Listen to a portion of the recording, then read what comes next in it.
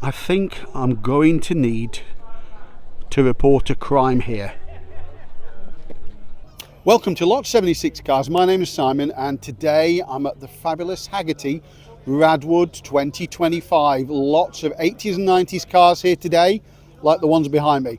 Let's go and take a look, shall we?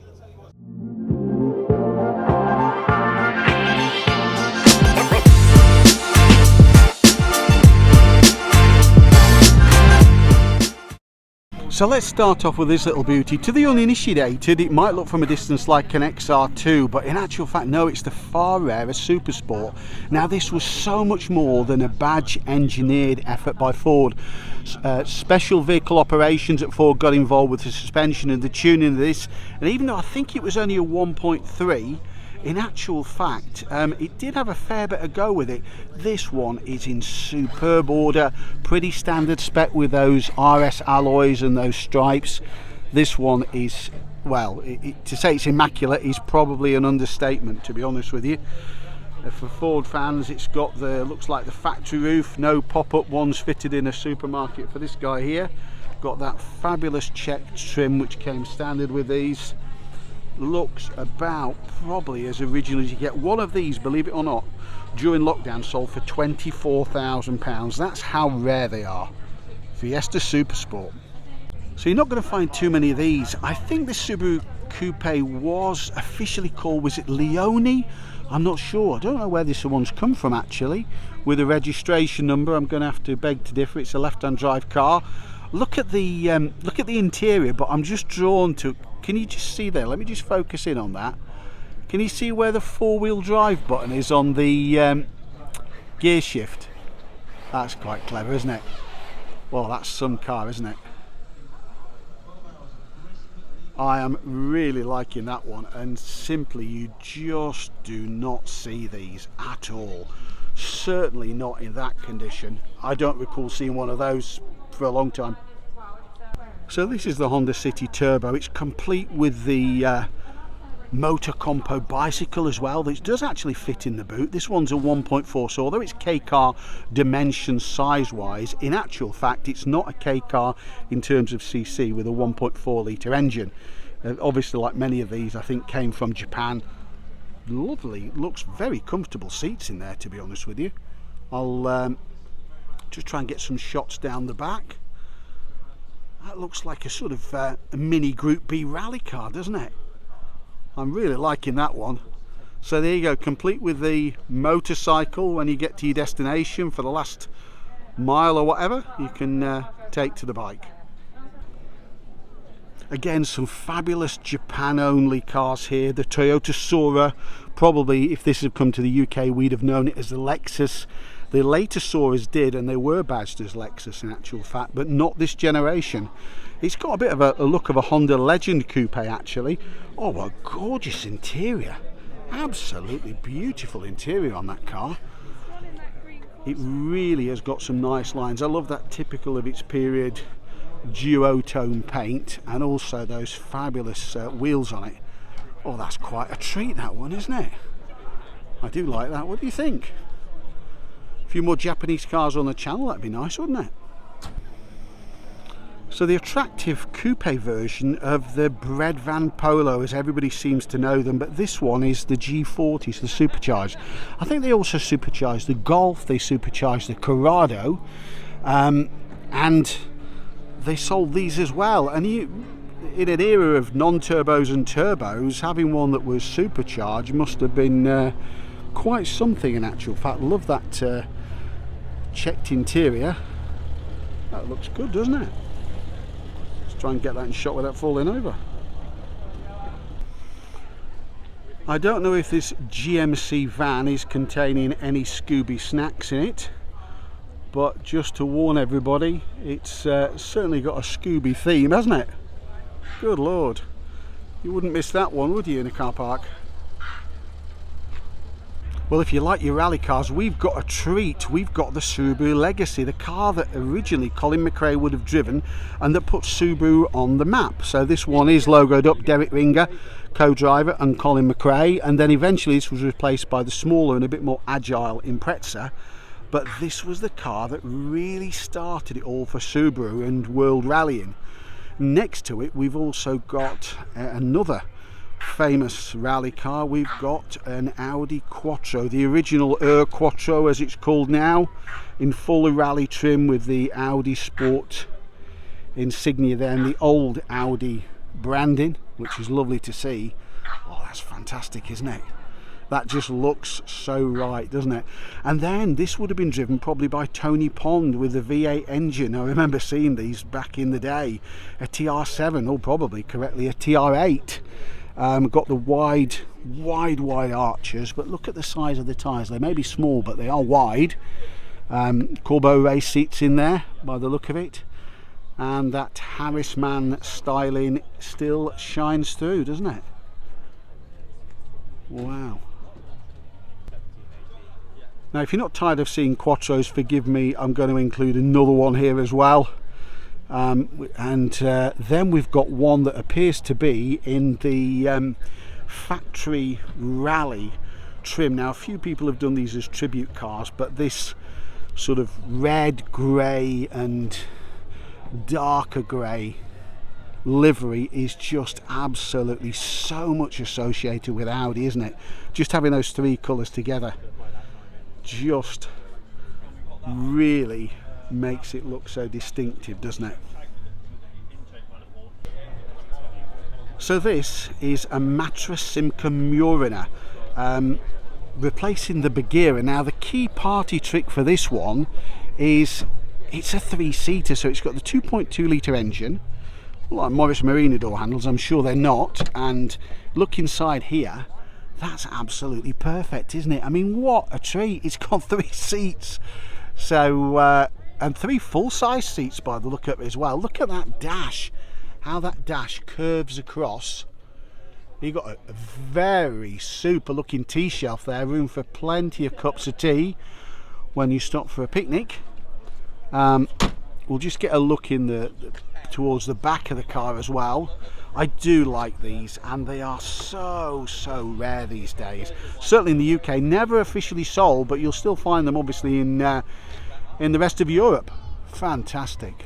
So the Peugeot 309 was on the drawing board when PSA, Peugeot Citroën, bought the remnants of Chrysler in Europe, and originally it was going to be called the Arizona, I think it was Arizona. And when they saw the designs for the vehicle, they thought, actually, we can do some of this. So it ended up being called the 309, but certainly the trick party piece, I don't know if this is the same with the 3 doors as well, but it uses Peugeot 205 doors, at least in 5-door form, but these look suspiciously like 205 3-door front doors, or doors I should say. Lovely colour, and it's a style one that's been uprated somewhat. Now this fabulous 430 followed me up the M40, the Maserati 430, very practical as a 4-seater automatic, beautifully appointed inside. Hopefully you can just pick up that wooden rim steering wheel and wood finish to the gear lever.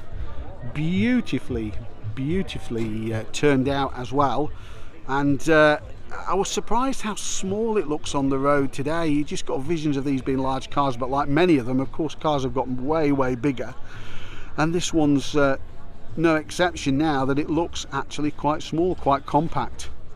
What a good looking car that is, isn't it?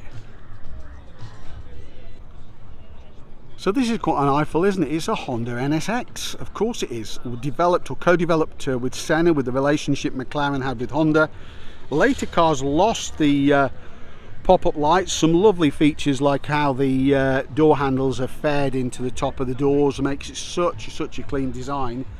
And this sort of tangerine colour looks beautiful. Looks like an original UK car as well. I mean, I know a lot have been imported. That is an incredible car. The manuals are super desirable, and let's see if this is one. Oh yes, it is. It's one of the super desirable manuals. Well, I'm certainly liking that. I'm in for that one. What do you think, guys? Glorious, isn't it? So the coupe version of the S-Class, the SEC. This one's had a little bit of work. It's sitting a little bit down on the ground, but we Apart from that, looks reasonably standard apart from the wheels. Lovely Executive Express, but still room in the back. Fabulous pillarless coupe design, which Mercedes are so good at. If you think of all those pillarless coupes they've done, they do look incredible, don't they? They're so good at getting that such a clean design. Drop those side windows, you got half a convertible. Just out of interest, what happens if you put a Rover coupe turbo engine in a Montego estate? Well, first of all, you get a few surprises at traffic lights, but apparently it's rated at something like 250 to 300 brake horsepower, believe it or not. I mean, I bet this really does blow the rest of the crowd away at traffic lights, because it's so understated. Apart from that engine, which just seemed to fit really, really well, it looks pretty stock, doesn't it? So this looks like an ex-Japanese car by the number plate holders. Maybe I'm wrong on the back, we'll take a look, but it's an Audi 90, not the 80. These had lots of innovations, things like the Pro Content that pulled the steering wheel away from the driver, pre-airbag. I'm pretty sure the 2.3 was a 5-cylinder engine. I'm sure you'll put it in the comments if I'm wrong. This one, the 90, is pretty rare. In fact, the 80s are rare as well. I love how they have fed in that rear spoiler. It just fits really well with that design. I do think that rear spoiler works, and this is the light bar at the back I was talking about, so I'm pretty sure that's an import, because it's got lights on there, and it's right hand drive. Lights on there from Japan, but right hand drive. Yeah, that's quite an eyeful, isn't it? Liking that one. Now, a walk around of this car would be pretty quick because it's so tiny. It's an Autozam AZ1. So Autozam was one of the sub-brands of Mazda, and there were many of them. Many sub-brands, Zedos, and I think there was another one that was cancelled. It was coming to Europe. This one's for sale for 24,999 if somebody's interested, and it's quite an epic little car with those doors that gullwing up into the roof. A hint of F40 at the back, budget priced F40 on a budget. Does look good, doesn't it? What do you think? So this Seat Ibiza is a very rare sight these days on the roads. This one is ex-Seat Heritage Fleet, which has been donated to the Starter Motor project. Originally, this design, it came from Giugiaro, but allegedly it was a rejected proposal for the Mark II Golf.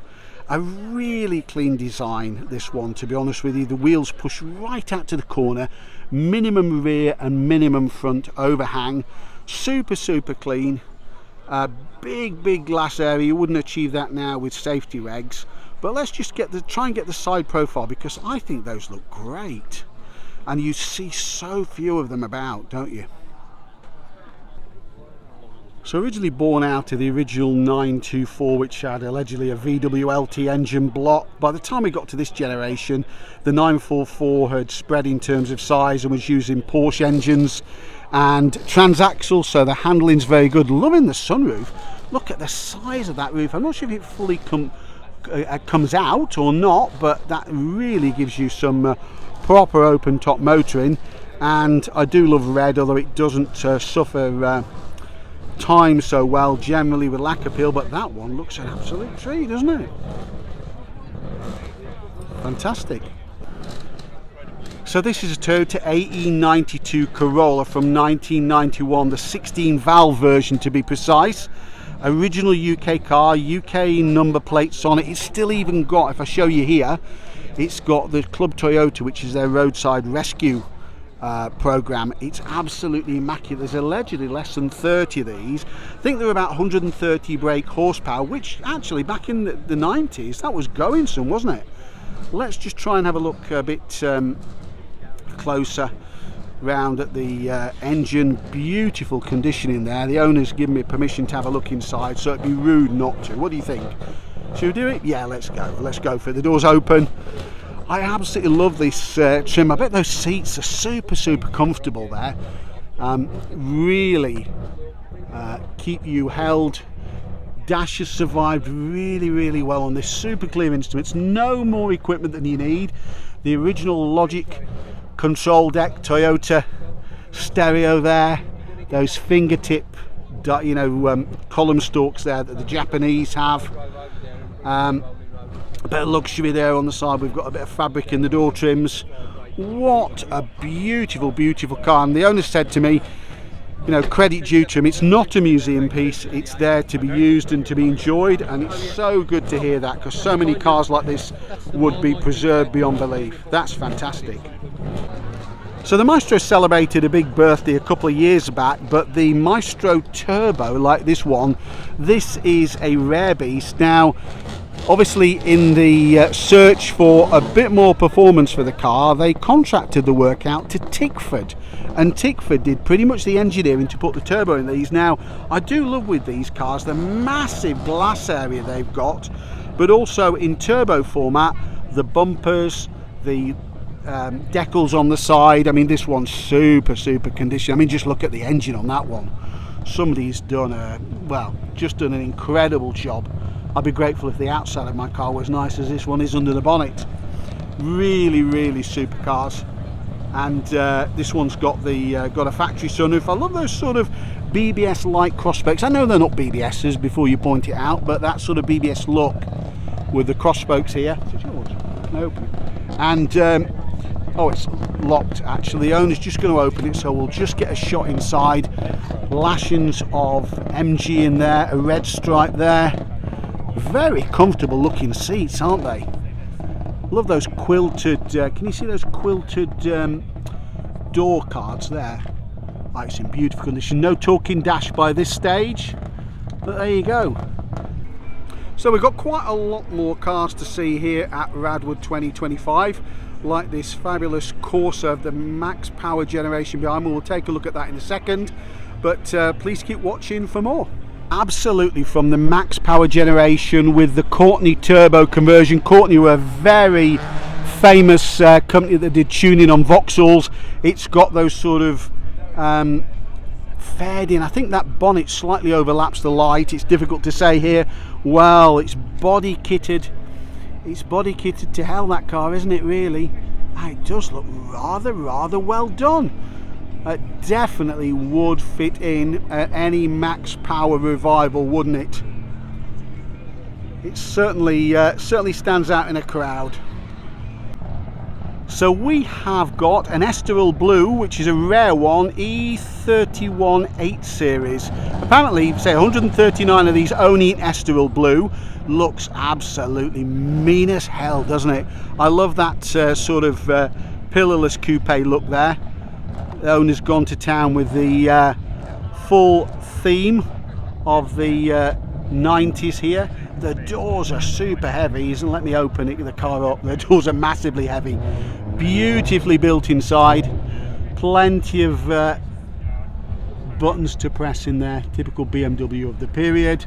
We've got a few cassettes. We've even got a period mobile phone. We've got the newspaper headlines there. A British Airways bag. Obviously travelling, the owner of this car would surely only travel business. What do you think?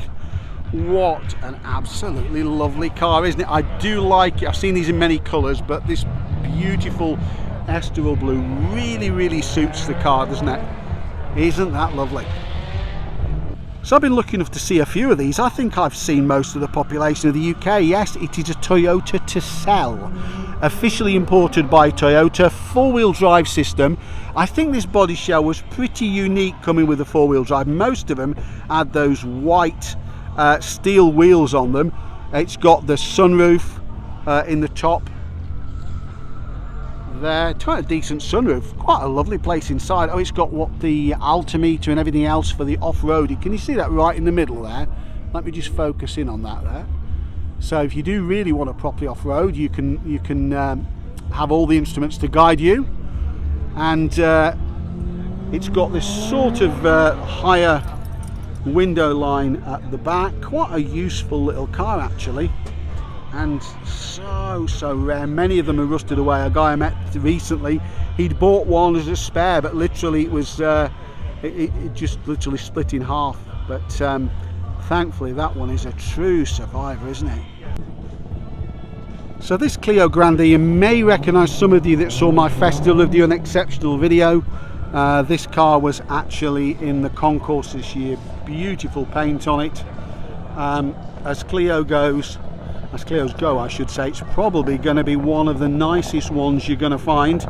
And you can see this car has been everywhere. The owner's doing some final work on it, but pretty much it's been everywhere. And there's the Festival of the Unexceptional sign. Well, we'll leave him alone to finish his polishing, shall we? So from this angle we could be looking at a Vauxhall Astra, an early one with the early pre-facelift grille, but we're not. What we're looking at is a Belmont. Isn't that fantastic inside? Oh, that high dashboard pod, those lovely sort of tweed looking seats. I remember them well. These were really great cars. Sunroof in it there, and this one's got a cat on the back. I'm not sure what the story is with the cat, but there you go. So this beautiful Saab Turbo is an unusual one. I've seen it here before at a couple of events. It's got air conditioning. It was specified by a sheikh and was in one of the Arab countries, and it came out unusual colour combination, isn't it? Love the stripes on it, but there we go, Saab Turbo sedan, fantastic. Now I'm pretty sure you won't have seen too many of these here at the show today. It's the only one I've seen. Do you recognise what it is? Well, it's obviously a Mazda, but it's got a V6, I think a 1.8 V6 engine, and it's the MX-3. These sold in small numbers, a lovely pretty little coupe. Mazda had quite a range at the time, the MX-3, the MX-5, and also I think the 6 as well. Really unusual to see them here. Right-hand drive UK car by the look of it as well. Isn't that lovely? Fantastic. Is this what happens when a motorhome mates with a Volkswagen Caddy Mark 1? Maybe it is. I've never seen anything like this before. It's certainly got lots of room, much more room than you'd anticipate you could get by adding a motorhome and a Caddy pickup. So with the Scooby-Doo's Mystery Machine in the background, we've still got quite a few cars more to see, but at this point in the video I just want to mention, if you would give the channel a like and ideally would subscribe, there is plenty more content to come on this channel in the rest of 2025. If you like the content, then hopefully you'll stick with us and see many more videos this year. Thank you. Back to the show. Now it says Toyota Deluxe Comfort. I'm not sure if the model's Comfort or Crown, but a lot of these I'm sure were used as driving school cars, believe it or not, or taxis. Look at the so-called doilies, the lace work on the back seats and the front seats. Typical Japanese there. Not so they look too much like that in this country. You're getting a taxi with the lace on the head restraints, but an absolutely fantastic car. Must be easy to park with those square corners on it. What do you think? Unusual. So how many of these do you think are left here? There can't be many to start with. It's an Alpha 33, so this is the car that I think directly replaced the Sud, but it's permanent force, so permanent four-wheel drive with a Boxster Cloverleaf 16 valve engine, it says. Oh, it's absolutely mint. There can't be too many of these that have survived as well as this one, can they? That sort of double bulkhead they've got there. What a lovely looking car. I do not recall seeing too many of these about, certainly not with the permanent four-wheel drive. Apologies about the old Radwood flags in the way there, but never mind, we forgive it. So one of the sweetest handling little cars and probably one of the best Fords ever made is the car. So many of these have succumbed to rust, and absolutely a treat to see one looking like that. Fantastic. A Toyota Soarer, another one, another car that probably would have found its way into the country as a Lexus but didn't. These are, I think they're quite interesting looking machines. Look at the badging on this one. I can't off the top of my head think what it represents. That dragon, I guess it's a dragon. Interesting design features. I think actually it's quite an attractive car. Some would argue more attractive than some of the Lexus that did make it here officially. So regular channel viewers will recognise this 380 SL Sportlight C8586. Beautiful car. Steering wheel's been uprated, I know that, and a bit better and easy to handle than the standard steering wheels, which is like driving a bus. But it is on my Merc anyway. Love those sort of overlapping wipers there. Something so classy about that dish roof on the SL, particularly these R107s. Very, very pretty little car. Well, not little, it's quite big, isn't it? There's a lot to be said for a Cavalier. It's a late one, isn't it? It's a facelifted one. It's been infested with the unexceptional by the look of it. It must be one of the very last Cavaliers. Must be on the cusp of the changeover to the Vectra, isn't it? These were great cars. Vauxhall really stole the march. The Cortina was still in production. I don't think the Sierra had landed, and they came with the Cavalier, and didn't they do a great job? And you know what, they drove, I think they drove pretty well, to be honest with you. That's my memory of them anyway. So this Astra is an EXPS. An EXPS, I hear you say? Well, it's from 1982 and it's a homologation special. So before the GTEs and the SRs, they actually built the EXPS. There's even a brochure there which talks about the exhilarating style and performance it offered, limited to 500 units. Well, there can't be many of these actually survive, can they? And it preceded the Astra SR by about 3 months. What a fantastic looking little car. Amazing that it's survived. I've never seen another one. That's the only one. Now, before the music starts in earnest again, let's have a look at this Audi 100. It's a beautiful colour, isn't it? The new Audi 100, it says here. Quite a lot of these were sold, but not quite as groundbreaking as the previous Audi 100 on the aerodynamics, but it's still got the Pro Content safety system. And this is where pre-airbag, it pulls the wheel out of the driver's way with some pulleys that are attached to the engine. Oh, it's a cracking car, isn't it? Built by an engineer called Harold Dermott, an ex-Jaguar engineer, built these, a lot more than a kit car, and it's a Midas Gold. Went on to be produced by other people. Unfortunately, all fell apart because of a factory fire. Do you recognise the rear lights? Yeah, they're TR7, aren't they? Quite a bit of room inside. You wouldn't think it was based on Mini or Metro mechanicals. I think those seats have been nicked from a Ford by the look of it, but quite a distinctive little car, aren't they? So this car's been built by students, and it's been built under the banner of Top Fuel Teachers, and they've built many project cars like this, which I think gives kids with special educational needs a bit more of a sense of purpose and turning out something like this. I wonder if somebody would build one like this for me. Absolutely great to see that here today. What a super worthy cause. So check out Top Fuel for Teachers. They've got their own YouTube channel with many of the creations they've done, just like this one. Fantastic.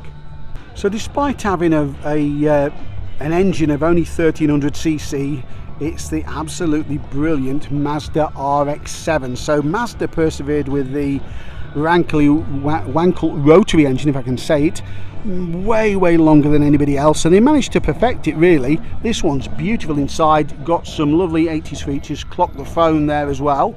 Absolutely in super condition, isn't it? That's the rotary piston, you call it? Well, is that right? I don't know. Absolutely lovely, isn't it? You don't see too many of these that have not been modified, but that one looks pretty stock to me. In full JPS spec is this absolutely lovely Lotus Elite, originally designed by Giugiaro. I didn't make that up. It's got the JPS logos there. Couldn't put those on a car today, could we? This one's open. I love the gold wheels, by the way. Let's have a look at the interior. So the handbrake's right down there. Oh, smells of petrol a little bit.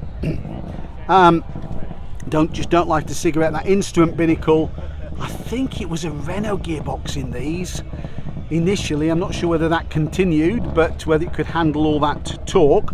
Lovely interior, and obviously this is where the action is. There's a bit of a boot there, but clearly we've got the turbo engine right tucked away amidships. Absolutely lovely, isn't it? Looks like it's certainly made an impression here today. So this shark nose BMW 635 CSI Coupe Sport injection, I think, looks absolutely lovely. I love how those rear windows drop. Isn't that useful? Probably very 80s in there, probably a design from the late 70s to be honest with you. Got that louvered rear window, it's probably on air suspension here. It's very tastefully modified, that car, isn't it? It's just enough and not too much. Very nice. So thanks again for joining me on Lot 76 Cars at Radwood 2025. I'd appreciate it if you'd like, share and subscribe to the channel if you haven't already. And once again, as always, thanks for watching.